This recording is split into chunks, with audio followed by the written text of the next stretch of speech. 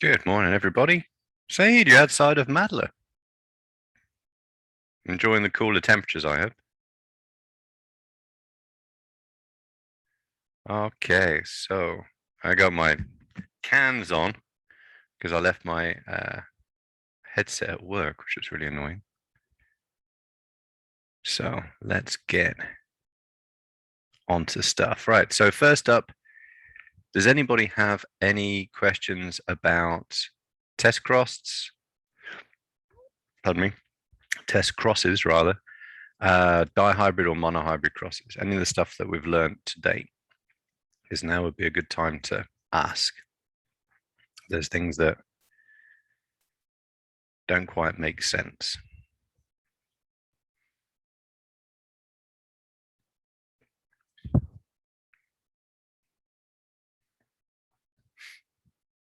Also, I'd strongly suggest practicing these things. And the reason for that is that it might make sense while I go through it with you in class. But then when you see one in an exam on your own, it might be a lot more difficult to do than you think it would be, right? So kind of part of finding out what you don't know, essentially. All right, well, if anybody does, just pipe up and we'll go back to those. Oh, sure. Fire away, Michael. I think it was on the homework, if I remember, but I think there was a question about a dihybrid cross and if the ratio would always be the same or I forgot what the question was about, but I just was wondering if you could clarify the question. I don't know. Let's see. Was that homework one? Yes. Yep.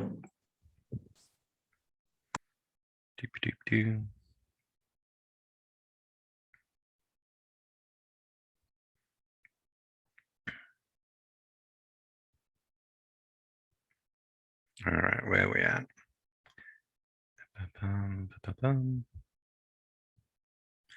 This question? Question 6? I think it's question 7, yeah.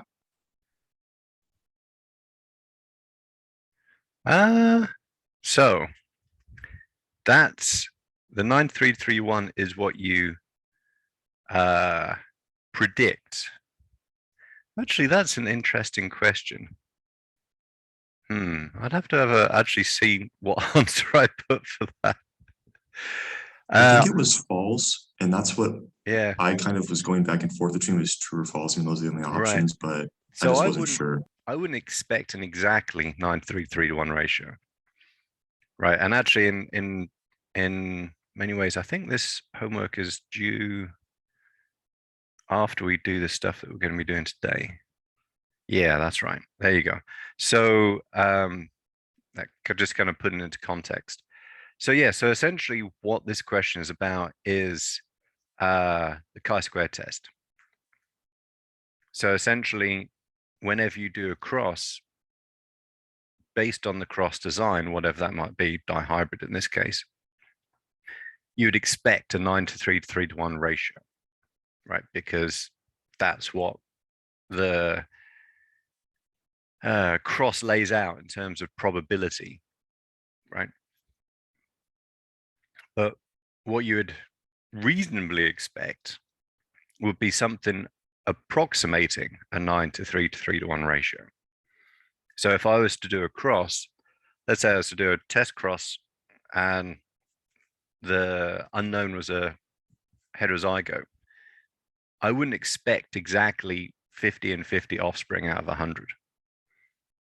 I would expect approximately 50-50, but it might be 48, 52, 51, 49, something like that. So I would not expect exactly that ratio. I'd expect something close to it. And so essentially what we're going to learn about today, the chi-squared test, is to test how far from that ratio can we get and it still approximate that ratio. Does that make sense? Yeah, definitely. I figured that the exactly was, I know that you underlined it in the question, but I figured that that was like the trick part of the question. So I was just making sure. Yeah, so biology is noisy, right? And essentially the bigger the numbers you look at, the closer to that ratio you'll get. You know, if you looked at 16 offspring, for example, there'd be no way that you would get a 9 to 3 to 3 to 1 exactly, right? Just by chance. And as you get kind of bigger and bigger numbers, then you'll get closer and closer and closer to that theoretical ratio. But essentially, the chi-squared test is there to see if any deviation from that expected value is just due to random chance, just noise. Pardon me. Or if it's due to something meaningful, i.e. one of your assumptions was wrong. So yeah, that's really what that question is getting at. And so yeah, that leads directly into the chi-squared test questions afterwards. So if any of you looked at this and like, what the hell is this about? Then that's what we're going to be learning about today. So yeah, good question, Michael. It's always worth kind of clarifying some of the stuff. And you know, stuff is in here for a reason, but I just can't always remember the exact reason because I don't tend to look at these very much. Once they're done, they're just kind of deployed every semester.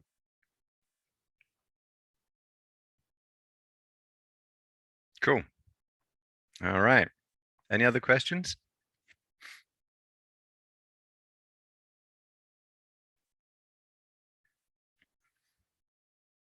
Yeah, actually, it's funny. It took me a while to get the schedule right so that the homeworks were always due after the stuff that was in the homeworks was actually covered in class, because that caused all kinds of issues early on. Tried to make it nice and neat, and it just didn't work. Cool. All right. So Michael, thank you, has very nicely illustrated. What we're going to be doing today is looking at probabilities, right? Essentially leveraging off of those Mendelian crosses that we've done and looking at how those play out in terms of different types of events, right? And that's what we're really going to be covering is, at least at the beginning, independent events and mutually exclusive events, right? And so how we deal with those is important. It's actually not just a mathematical deal, it's essentially a kind of reflection of the biology, really. It's just a way of looking at it in mathematical terms. And one of the big reasons why this unit is here, this PowerPoint is here, and not in the, at least as far as I know, not in the textbook or the, you know, the reading list, is that this is something that students tend to struggle with, right? It's very math-based. There's a lot of kind of mathematical logic involved.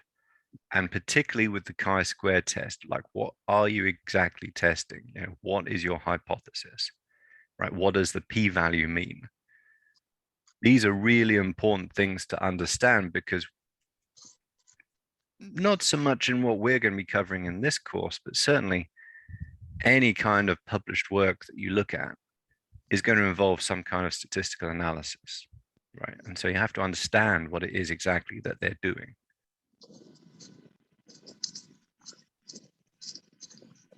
And it wouldn't surprise you to know that the person that put this unit in here is now teaching biostats.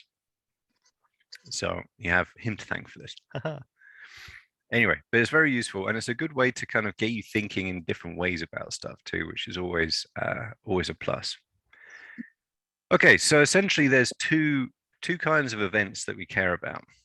One, independent events. And so independent events are if you have two or more events, the outcome of one event has no effect on the outcome of another. And so the classic example is a roll of the die, right? Or a flip of a coin, or winning the lottery. I actually once won the lottery in the UK, like after it came out decades ago. And I won £10 after spending £11 on tickets. I was like, this sucks. Never did it again. Yeah, they actually said, oh, you've got to 1 in 5 chance of winning £10. I was like, well, that's not true. Anyway, so there you go. There's a large difference between the expected outcome and the actual outcome of the lottery. But it's like winning a lottery, right? If you buy 2 tickets, different lotteries, you win one, that has absolutely nothing to do with whether or not you're going to win the second one. Right. However, winning one is kind of crazy, right? You hear about them every so often, but winning two is even less likely. Actually, funny story. My friend of my wife actually won the lottery in the UK once, won like £10 million, something like that. Yeah, absolutely nuts. There you go. Sadly, she and her husband got divorced shortly after, which is even worse. It's like, I'd rather not win the lottery, to be honest. But anyway, winning 2 lotteries is even less likely than winning 1. And so that gets at the multiplication rule, right? So if 2 events are independent,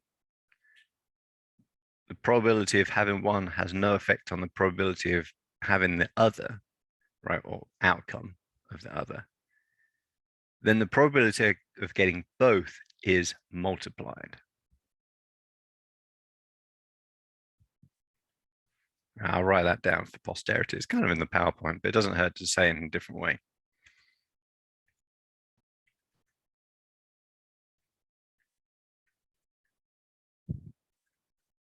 So, e.g. winning the lottery.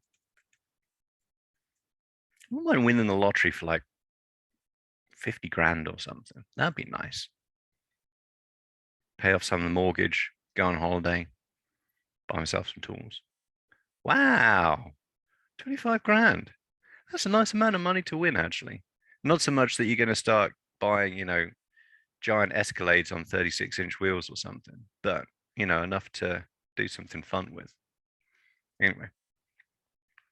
Uh, ba, ba, ba, ba.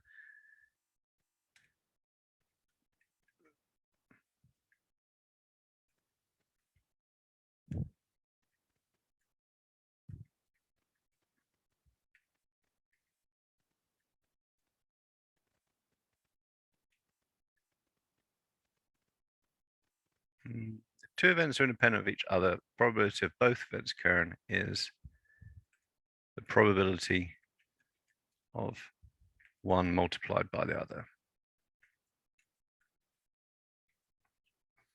Right, so when you multiply a fraction, you get a smaller fraction.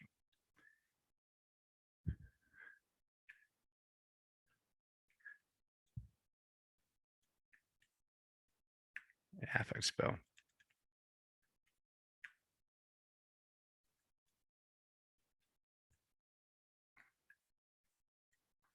Because when you multiply fractions, if you have quarter times a quarter, for example,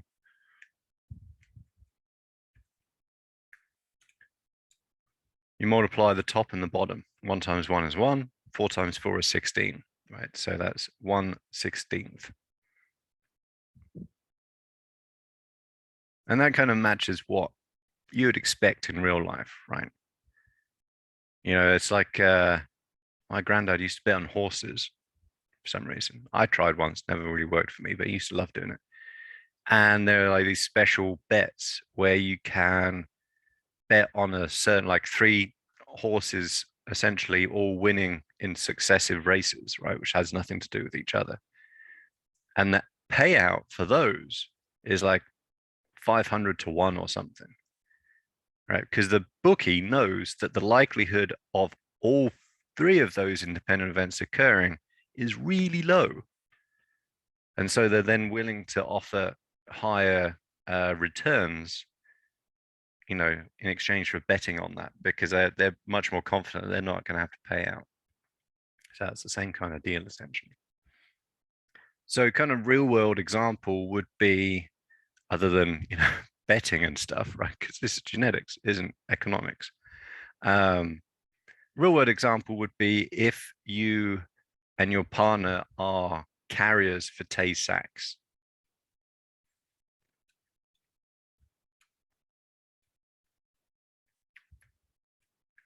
Everybody know what being a carrier means when we talk about genetic diseases. Right, Kiana, carry but don't show. So what are you carrying but not showing in genetic terms? Yeah, recessive alleles, right? So it's the allele that we care about because you got 2 copies of each gene. And if you're a carrier, you're heterozygous.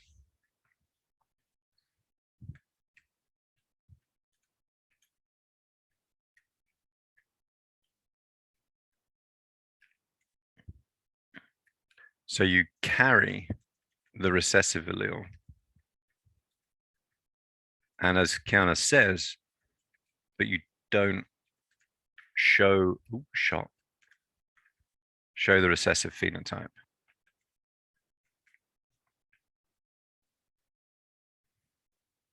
So if you're both heterozygous for Tay-Sachs, which actually I need to look into. I learned once and forgotten what Tay-Sachs is. I know it's common in Jewish community for one reason or another. Is it metabolic disease? I don't know. I'd have to look it up. So if you're both heterozygous, what's the probability that one of your children will have Tay-Sachs disease, be homozygous recessive? Question to the class. What's the probability? 25%. Why, Kiana?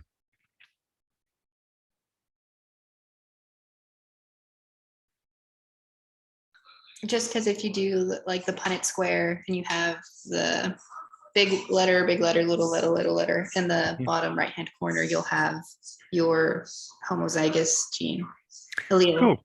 You'd be a homozygous recessive. Yes. Yeah, awesome. Exactly that. And another way, like a shortcut about thinking about this, it's essentially the F2 generation of a monohybrid cross, right? Is another way. And you know that's a 3-to-1 ratio for that. So yeah, either way that you come to it, and that's a really cool way of doing it, you end up with a quarter probability. Now that doesn't get out of it. That doesn't mean that obviously you can't have a quarter of a child, right? And it doesn't mean that if you have 4 children, one of them is guaranteed to be to show the disease phenotype. It's not a guarantee, it's a probability. Same as if you smoke 60 cigarettes a day, you know, you're not guaranteed to die of lung cancer, but your probability goes like way up. So probability is a quarter. Okay, so what would happen if, let's say that couple has 2 children? What would be the probability that both children would have Tay-Sachs disease?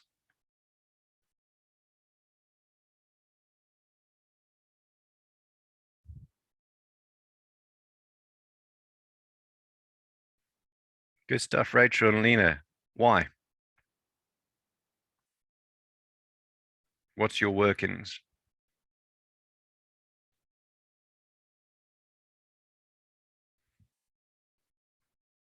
Yeah, exactly. So quarter times a quarter, like the example I gave you further up. Yeah, it must be less, that's for sure. But there's the mathematical way that you have to work it out. And it's, you know, it seems kind of self-evident, right? But it's always worth going through it to make sure that you really do get it. Okay, so here's another one. Haha. I kind of torture my students mode at the moment. So whatever happens whenever math comes up on the screen. So, oh, sorry, obligatory puppy shot. There's one, and there's the other one. I have multiple dogs. Took them out for a walk before class, so they're all flaked out, which is the plan, because that means they're not going to be like pestering me or fighting each other or just, well, one of them just farted, but they're not going to be being disruptive in class. Okay, so let's add a further wrinkle. two different traits, right? So now we have two carriers. Oh yeah. Well, she had an operation last Friday. So basically between her forelegs, you can see the bandages and stuff. She had a huge abscess, which knocked off a big chunk of skin that big on her chest as a result of her getting parvo and the treatment not being correct for that. And so her skin kind of grew back in like a weird kind of way. And so the vet cut it, like separated it and just like stuck it all back together again. So she's busy recovering from that. And our other dog, this one down here, has been having a little bit of a respite from her being a pain in the ass, basically. Okay, so we've got two carriers for two disease traits. What's the probability that their first child will have both diseases?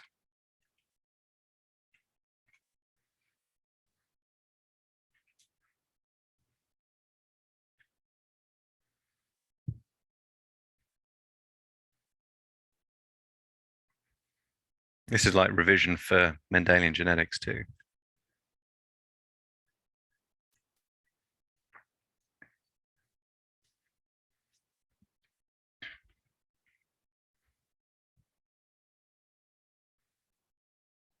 So I'll give you a clue. To have both diseases, it would have to be, that child would have to be homozygous recessive for both genes. Yeah, 1/16. Haha, okay. Now it gets funkier. Good job, Amanda.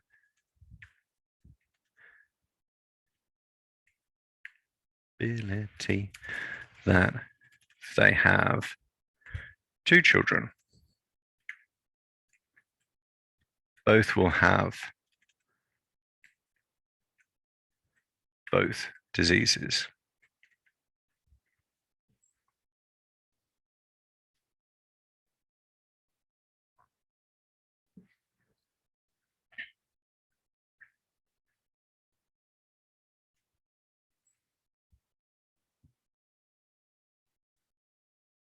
You have to use a calculator for this one. I can't work out in my head. I think so. Let me check. I don't actually know. First time I've ever used this example. Well, let's get the old funky calculator up. So it'd be that essentially squared. Ah, crap. And then that's what the probability would. Yeah, there you go. I presume that's 1/256. Oh, you could just do it by 16 times 16, right? I did tell you I'm no mathematical genius. Yeah, exactly. And so vanishingly small, right?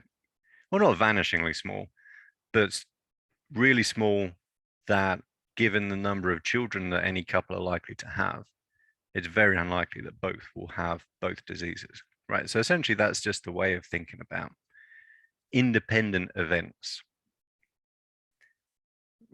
Get out of it.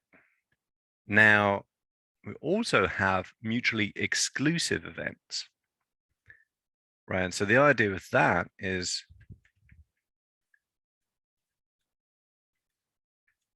basically if you have one outcome, you can't have another. That's really what it means. So if your first child is male, it can't be female.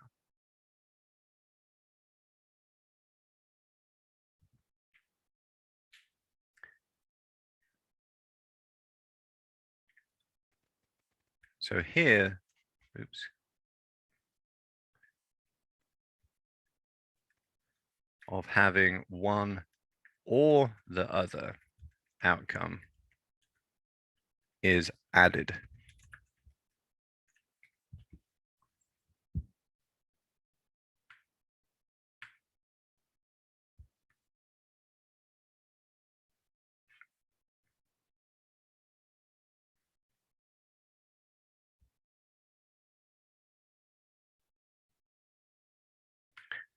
And so a good example of that, right, is the outcome of a monohybrid cross, right?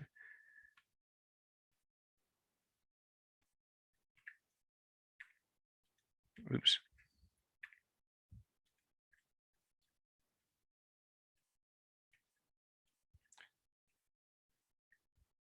Essentially, the probability of having a dominant allele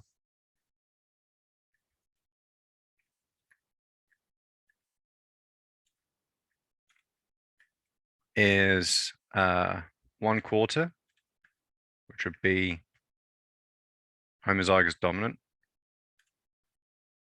plus 1/2. Yeah, where's that? There you go.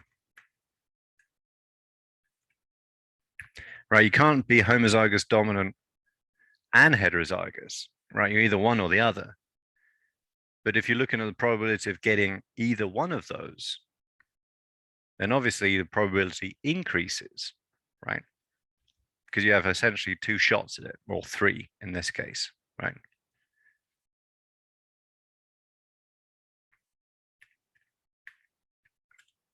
And so that is 3/4. And so that actually shows a really good principle, which we'll get to in a little bit, that, pardon me, genotypes are mutually exclusive. You either have one genotype or you have the other one, right? Whereas phenotypes are independent.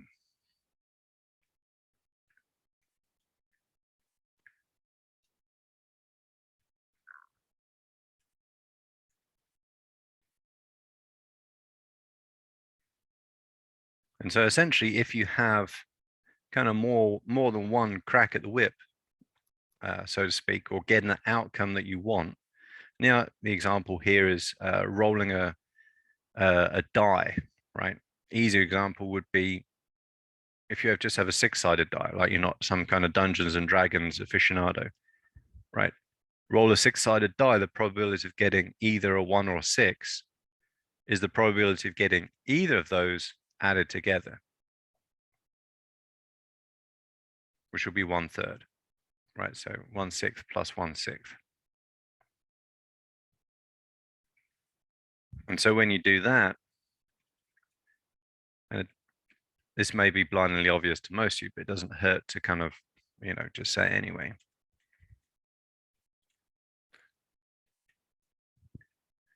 You add the numerator.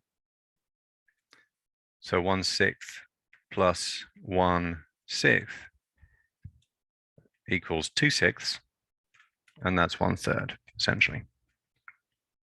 This is the way I think about stuff, and again, this kind of comes back to, as I've mentioned in lab to some people, I come to this through some degree of effort.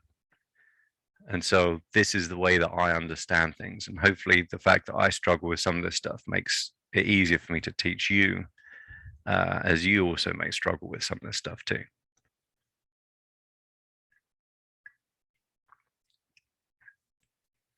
It's a kind of warning as well. When we get into molecular genetics, it's like, whew, this shit's easy, right? So there may be times it's like, whoa.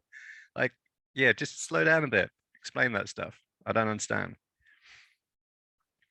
Okay, any questions so far?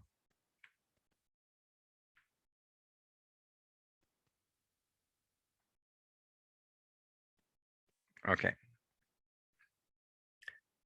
Cool. So just to kind of hammer that point home a little bit, we've got a couple of little bits left to do, and then we'll go on to the chi-square test. And I want to leave a good amount of time for that because I want to do some practicing. That's going to be really, really important. And also make sure you do the homework because that will also give you more practice and find, You can just make these things up. That's all I ever do, right? I don't have any like list of them, things to go through. So here you can see that the probability of getting this and this, right? So these are independent, is going to be multiplied. So the probability of getting homozygous dominant for whatever W is and homozygous dominant for whatever G is, I don't know, a grumpy white dwarf maybe, is going to be a quarter times a quarter, right? Because these loci are independent, at least according to the law of independent assortment. Same here and here and here, right? But these are exclusive. And so essentially there's many different ways you can get the same phenotypes, right? You can get around yellow P, oh, that's what it stands for, around yellow P by having this genotype, this genotype, this genotype, this genotype. So the probability of getting around yellow P, if that was what you cared about, would be the probabilities of all these different ways of getting it added together. Right, so that'd be 1, 2, oh no, that's 3, 5, 9. There's your 9/16. So that's kind of another way of looking at a dihybrid cross. Right. So genotypes are mutually exclusive, phenotypes are independent. At least if the law of independent assortment is applicable. Later on, we'll get into cases where that is not the case. Does that make sense to people? It took me a little while to kind of get that, but it does make sense to me now.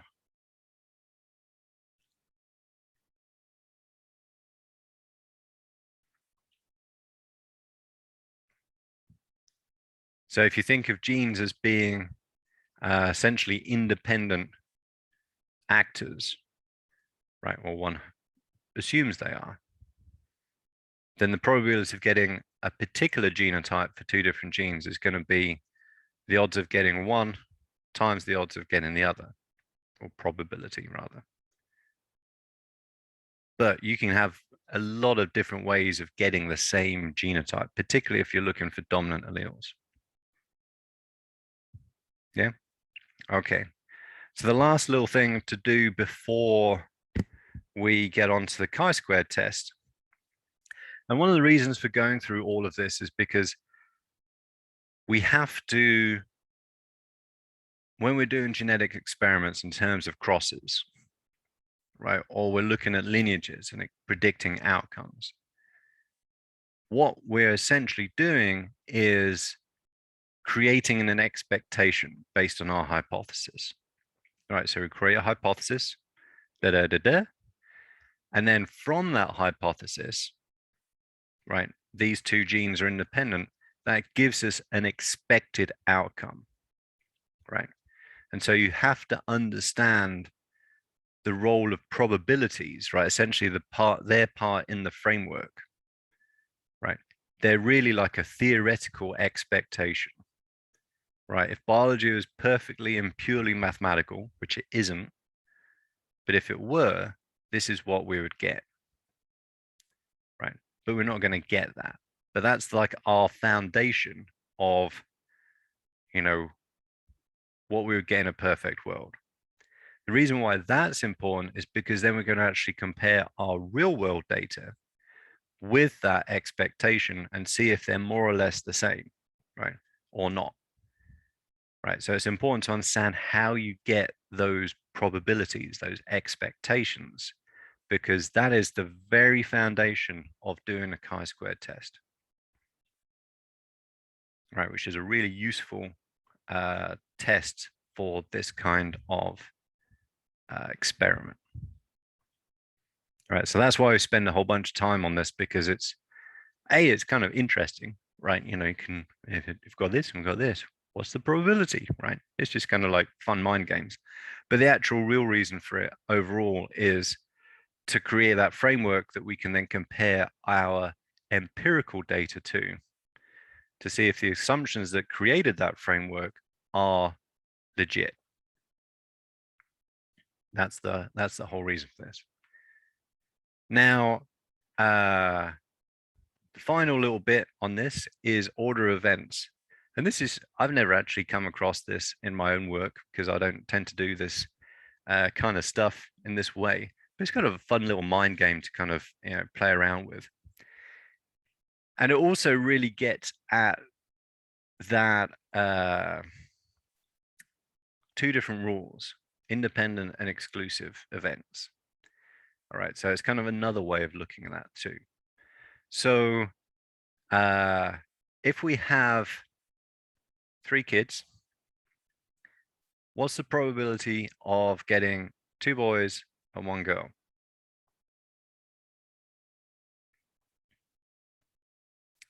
So we have 2 different things going on here. We have 1 independent event because the sex of first child has nothing to do with the sex of the third or the second child or anything like that, right? So the sex of the children is independent from each other, right?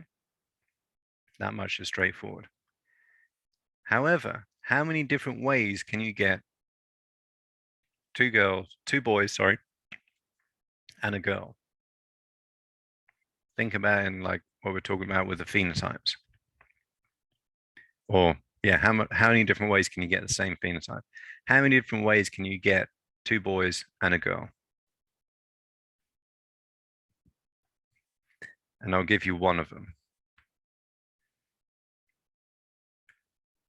For example, first 2 children are boys and then a girl. Yeah, I think that's right, Lindsay.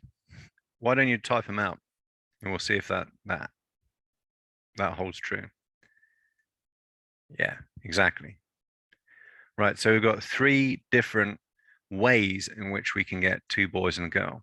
So what's the probability of getting 2 boys and a girl? First, what's the probability of getting the first of those that Lindsay put up? Boy, girl, boy.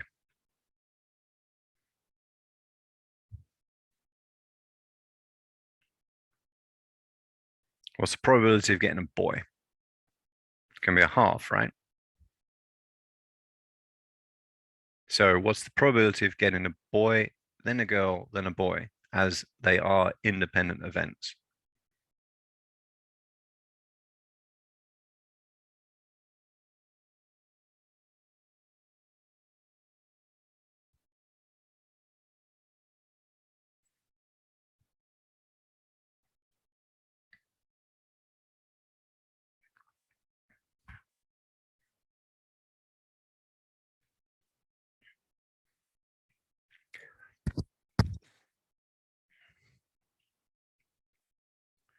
It's going to be half for the first boy,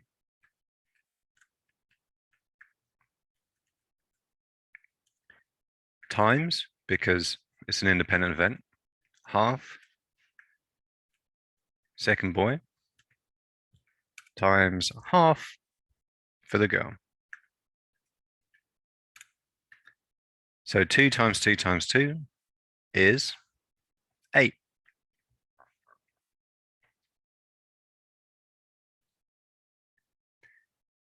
Now, if you have a boy and a boy and a girl, oh, sorry, I actually did the one at the end, never mind.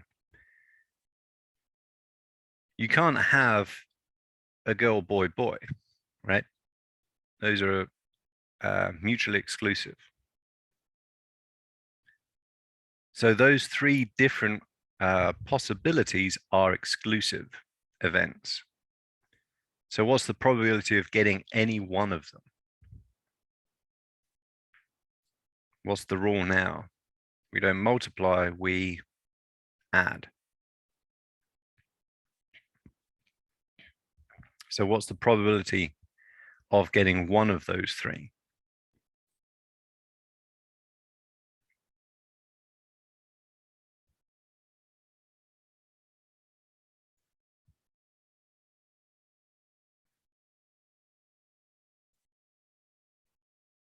Oh.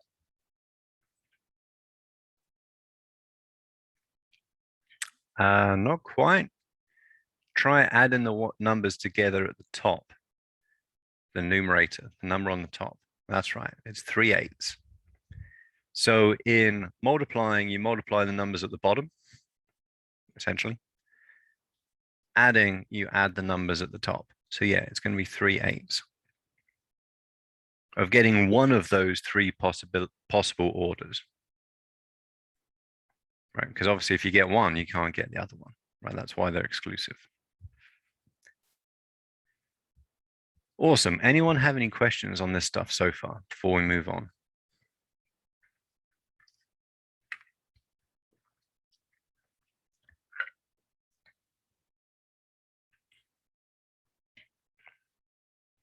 Oh, do you like my t-shirt? I don't know if you can read that well. We saw that on a trip in Fredericksburg. My wife printed this for me for Father's Day, I think. And I have 2 daughters. And actually one of them said, underneath that, it said, shoot the first boyfriend and the rest will get the message. Probably shouldn't say stuff like that, but I thought it was funny. As a Brit where no one has any guns, you know, that's kind of a funny joke. I guess in the US it's a little bit different, but anyway. So now we're going to get on to something quite a bit more involved. It's probably the best way of putting it.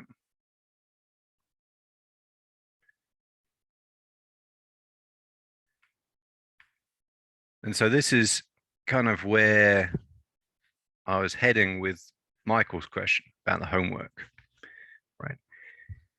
In the real world, data do not fit the expected ratio precisely.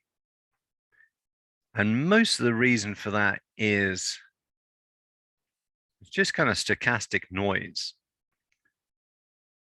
right? Every time you flip a coin, you can either heads or tails.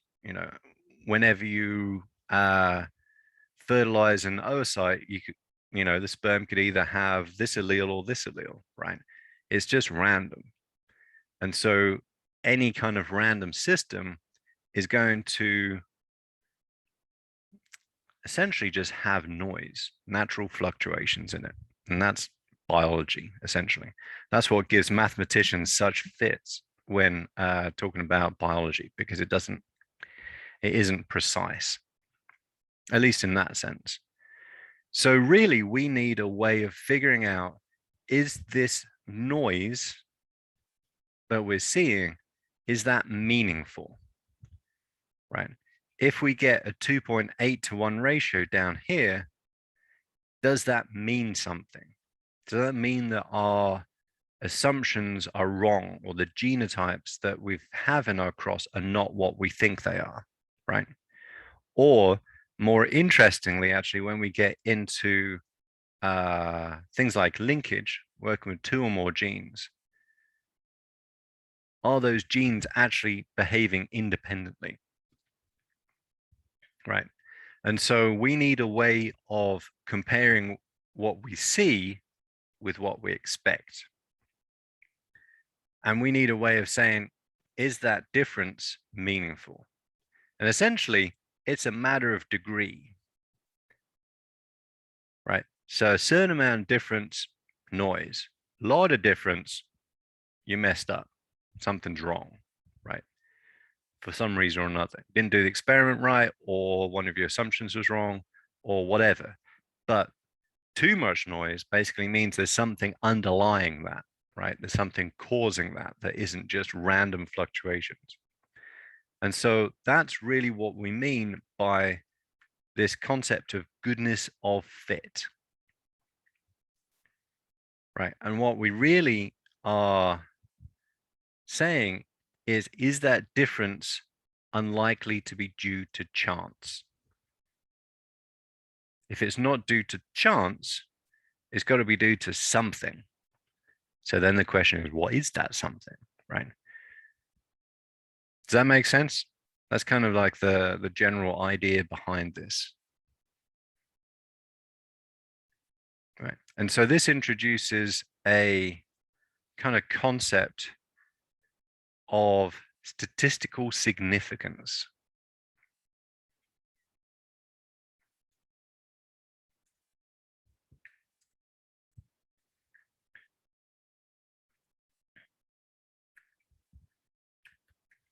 And that's what we use a p-value for.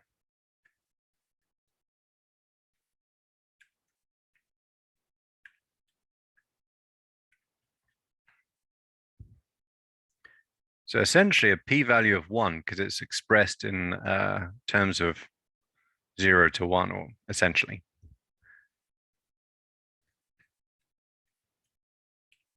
Oh, it's actually got to be a lowercase p.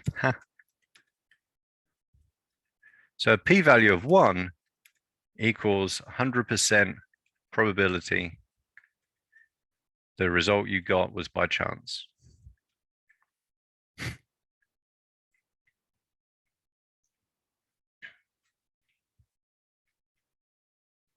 And you can't technically get a p-value of 0, right? It can closely approach 0, but it is never 0, right? Because it, there isn't that degree of certainty. So let's say a p-value, actually the line in the sand that we draw of significance is 0.05, essentially 1 in 20.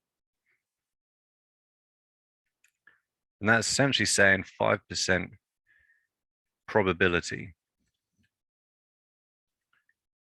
There is, I can't spell probability. Probability. There we go.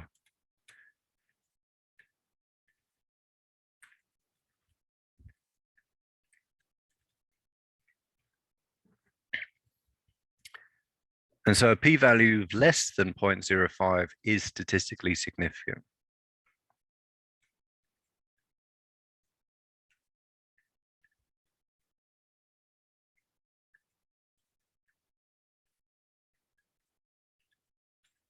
And essentially what we're saying is it's unlikely you got that result from chance.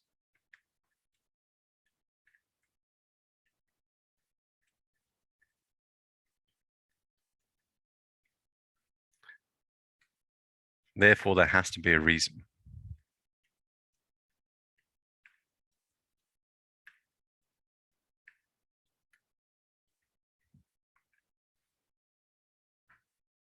That's what we mean by p-value and probability, and we'll be coming back to this several times. And this is actually, I think, a concept that is a little difficult to get, because I've taught about this a lot over the years, and it's not something that comes, I don't want to say naturally, it's not quite the right word. It's not necessarily intuitive, right? Because really we're kind of turning things around on their head. We're saying the smaller number is better, right? And the smaller number is better because it's less and less likely by chance. So it's more and more likely caused by something. So it's not a intuitive way of thinking, I'd say. It's kind of in my experience. So a p-value of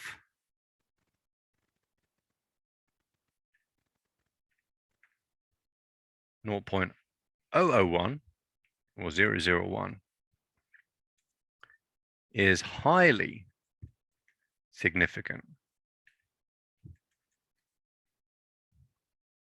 And the reason is the probability that you got that result is essentially 1 in 1,000. Yeah.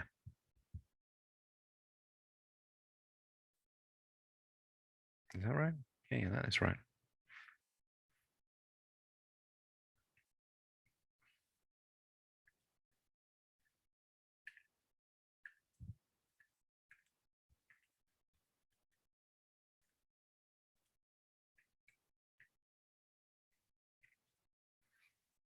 So essentially you'd have to repeat that experiment 1,000 times to get something different.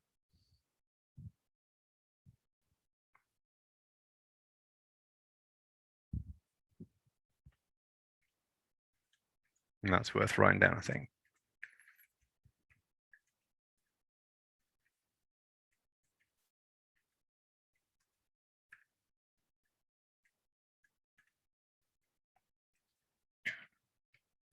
Now, clearly, that's pretty bloody meaningful, right?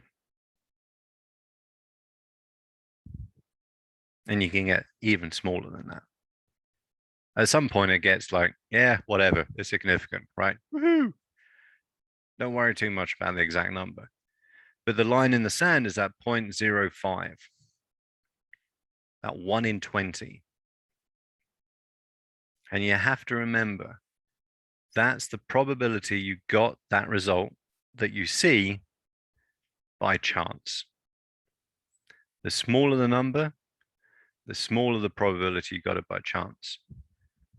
Essentially, the bigger the likelihood that you got it for a reason. That reason being your genes are not acting independently, or something is causing your particular genotype to die, or whatever, right? Something's up, essentially, is what that means.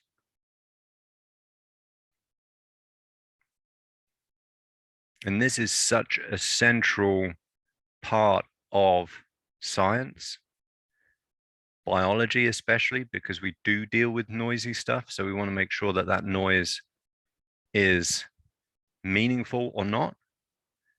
You'll always use p-values. You'll come across them over and over and over again. And it's vitally important you understand what they actually mean.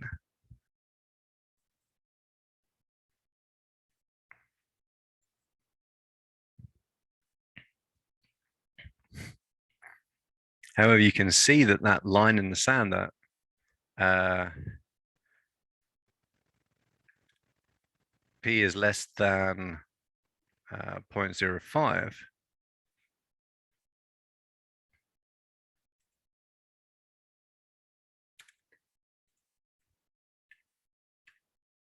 you'd only have to repeat the experiment 20 times to get a different result.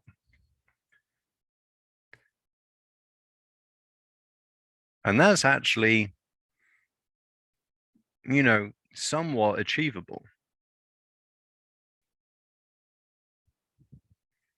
So now you can see that that's a line in the sand, but just because you get a p-value of 0.05 doesn't necessarily mean that whatever you're looking at is like really strong. That's just the starting point, right? It's a sliding scale essentially. If you ever get a result of like 0.049 or something, like, yeah, I mean, technically it's significant, but I wouldn't want to bet my house and my future on it, kind of deal.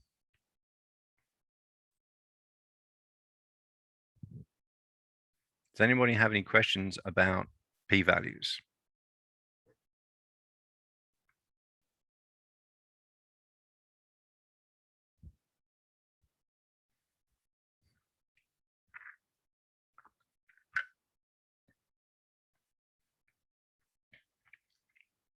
If any do come up or occur to you, give me a shout.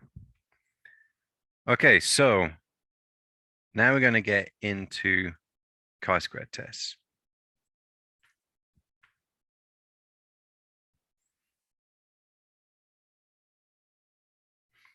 And that's essentially what a chi-square test is. So I'm going to, sorry, dog, I'm going to be stepping on your head.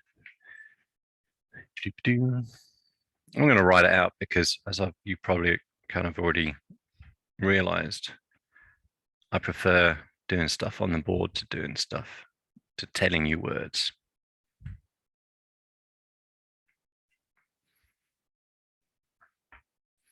Okay.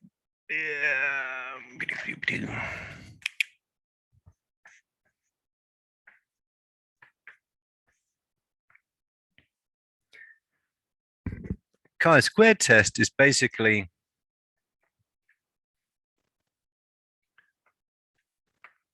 the difference between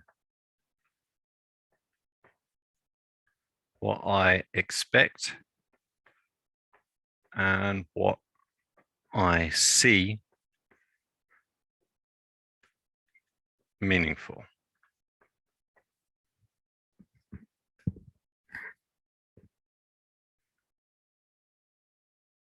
Oh, snoring dog.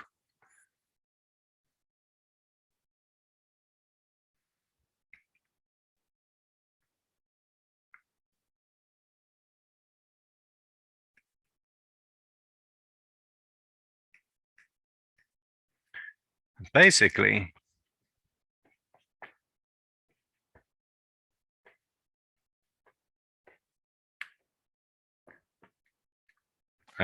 large chi-squared value.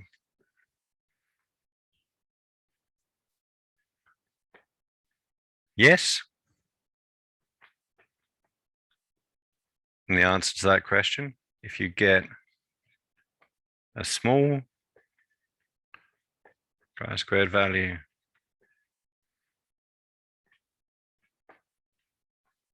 no. Because a chi-squares test is basically the difference or the sum of the differences between what you expect and what you see.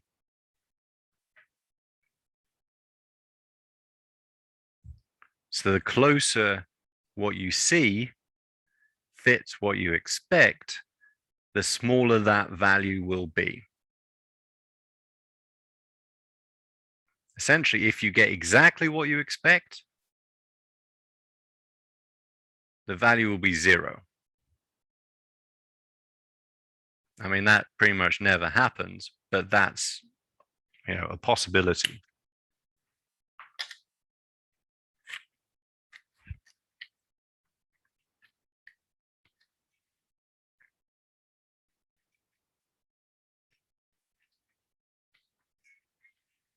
No, I'd use my phone if I could figure out how to get pictures off of it. I haven't quite got to that stage of my technology development yet.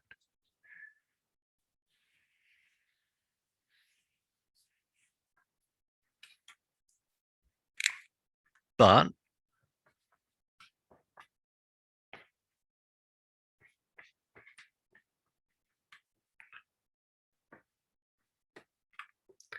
the chi-square value you get depends on how many conditions you have. Right, so if you're looking at 2 different outcomes, you get a chi-square value. If you're looking at 50 different outcomes, for the same difference between what you expect and what you observe, you'll get 50 times the value.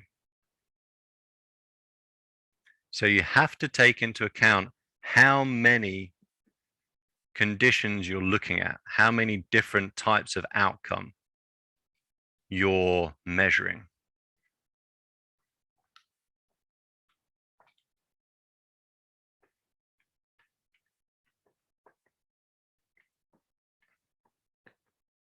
So a number of, that looks terrible, categories or outcomes. And that is referred to as the degrees of freedom.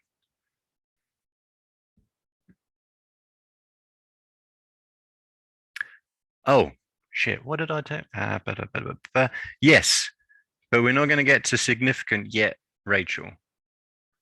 Sorry, pointing at you with my pen. We have to take into account the degrees of freedom before we work out any significance. Because obviously, the more things that you're looking at, the larger your chi-square is going to be inherently, because you're just doing more sums. You're adding more things together. So degrees of freedom has to be taken into account, and that's referred to as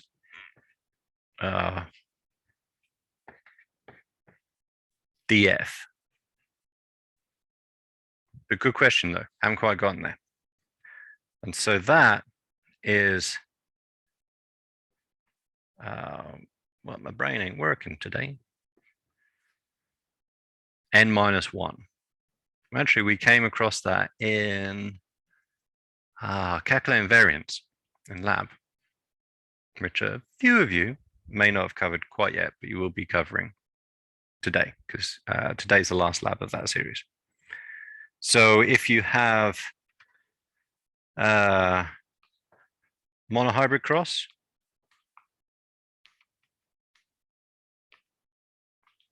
and you're looking at the F2s, the degrees of freedom will be 2 minus 1 equals 1. Because you have either the dominant or the recessive phenotype. So you have two categories, degrees of freedom, 2 minus 1 equals 1.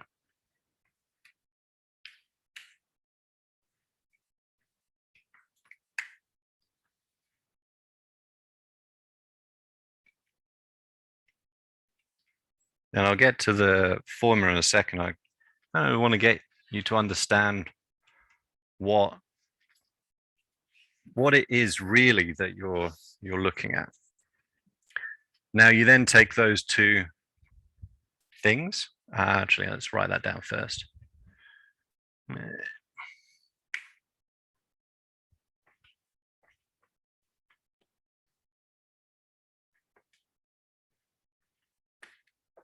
The p-value, and so this is getting at Rachel's question.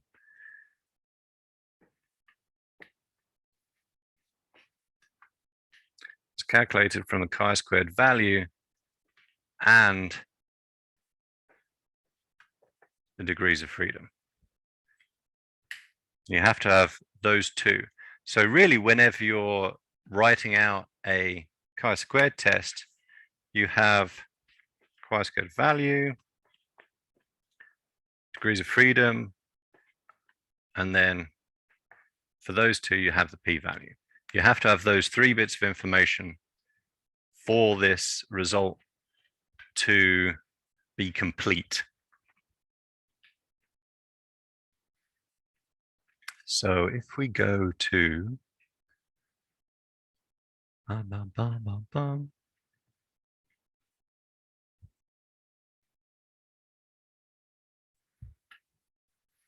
here,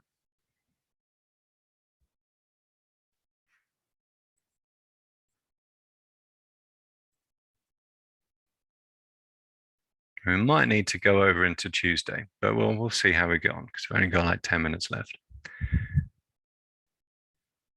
So here is how you calculate the p-value, right?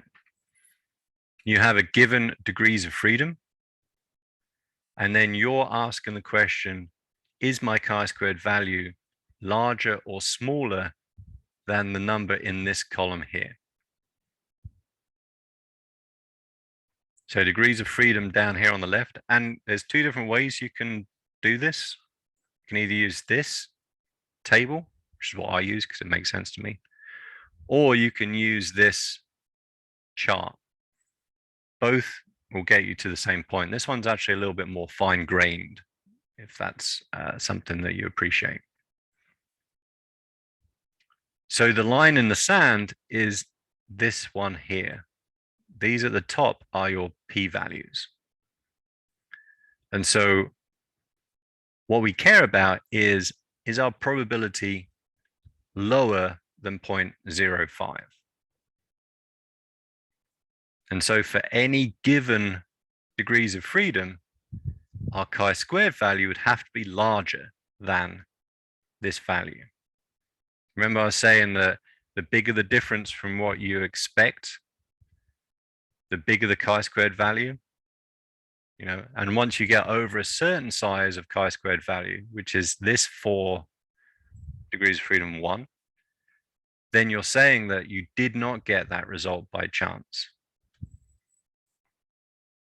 So the difference between what you observe and what you expect is not due to chance, it's due to something else.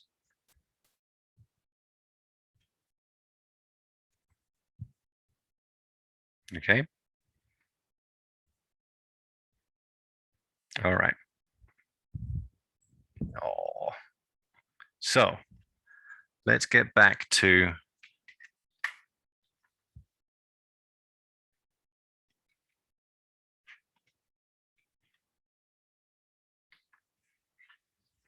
this.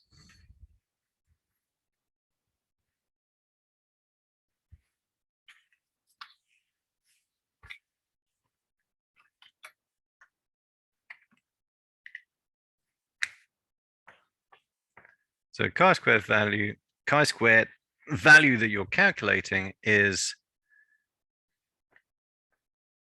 your observed value minus your expected value. Now, again, this is the same as with calculating variance. You're going to have values either side of what you expect. Okay. I'm skipping ahead a little bit.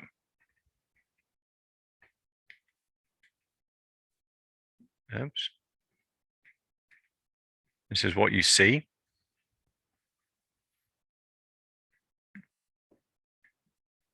This is what you predict.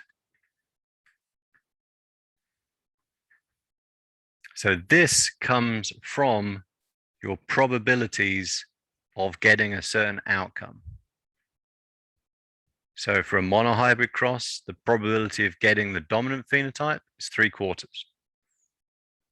Probability of getting the recessive phenotype, 1/4.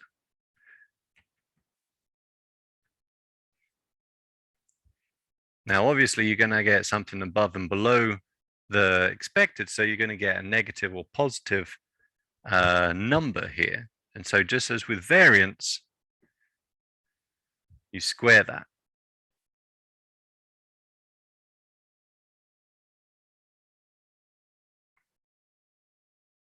And you divide that by the expected.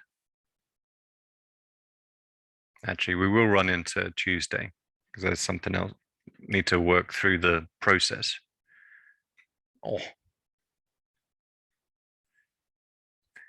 And you do this for every single condition or category that you have. So you then sum those together. So for example, for a monohybrid cross, it would be observed dominant, minus expected dominant squared over expected dominant plus observed recessive minus expected recessive squared over expected recessive. Apologies for the shitty handwriting. It's kind of hard to write at an angle when you're twisted around.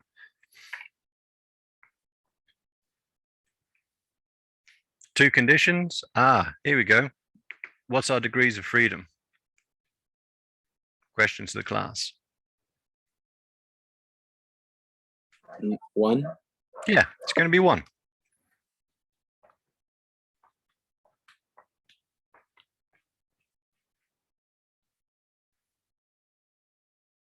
All right. So, as you've probably gotten by now, I have a series of Matt's patented step plans for success. So the first thing you have to do is, what is your hypothesis?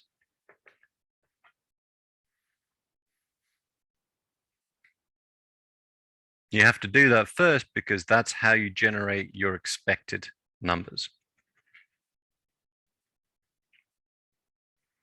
And that gives you your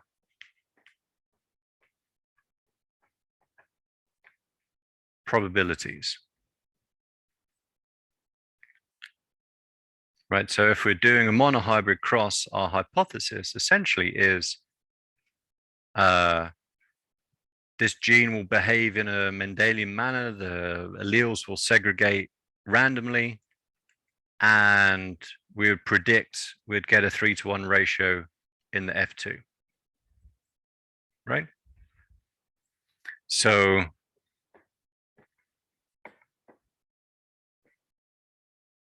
I'm just going to do H there. Monohybrid cross.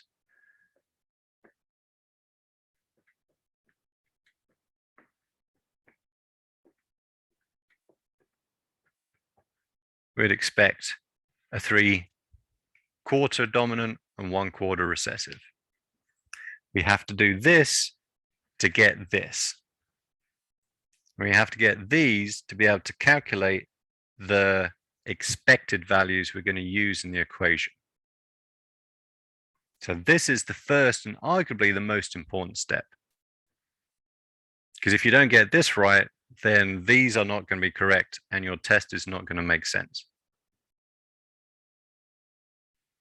Second step.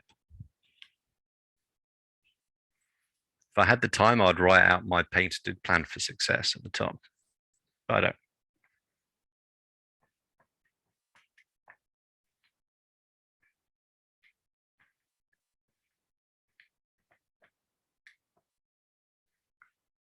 Next, you have to calculate the expected values. This is where students almost always mess up if you're going to mess this up.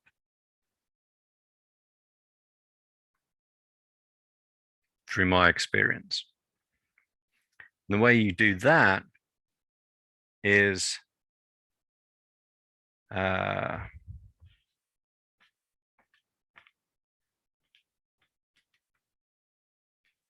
so expected dominant is going to be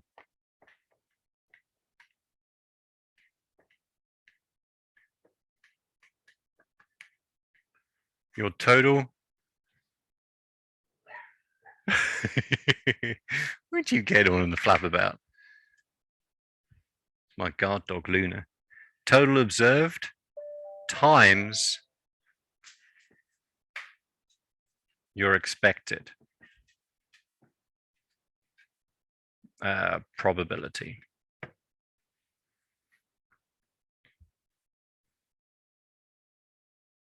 Oh, cool. You picked that up. Giving something away I left on the front step. So if we have 100 observations, oh, you got to see this. This is super. Guard dog Luna. Like most useless guard dog in the world. She's actually more interested in whether that person's going to come in and say hello to her than she would be about anything else. Okay, so if we have 100 total observations of all sorts, both categories, all categories, whatever, it's going to be that times 3/4 equals 75.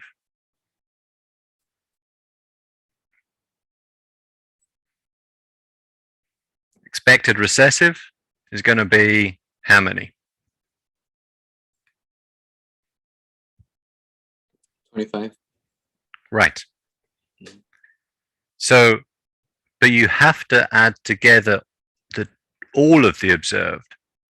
So say you have, I don't know, let's say 73 dominant and 27 recessive.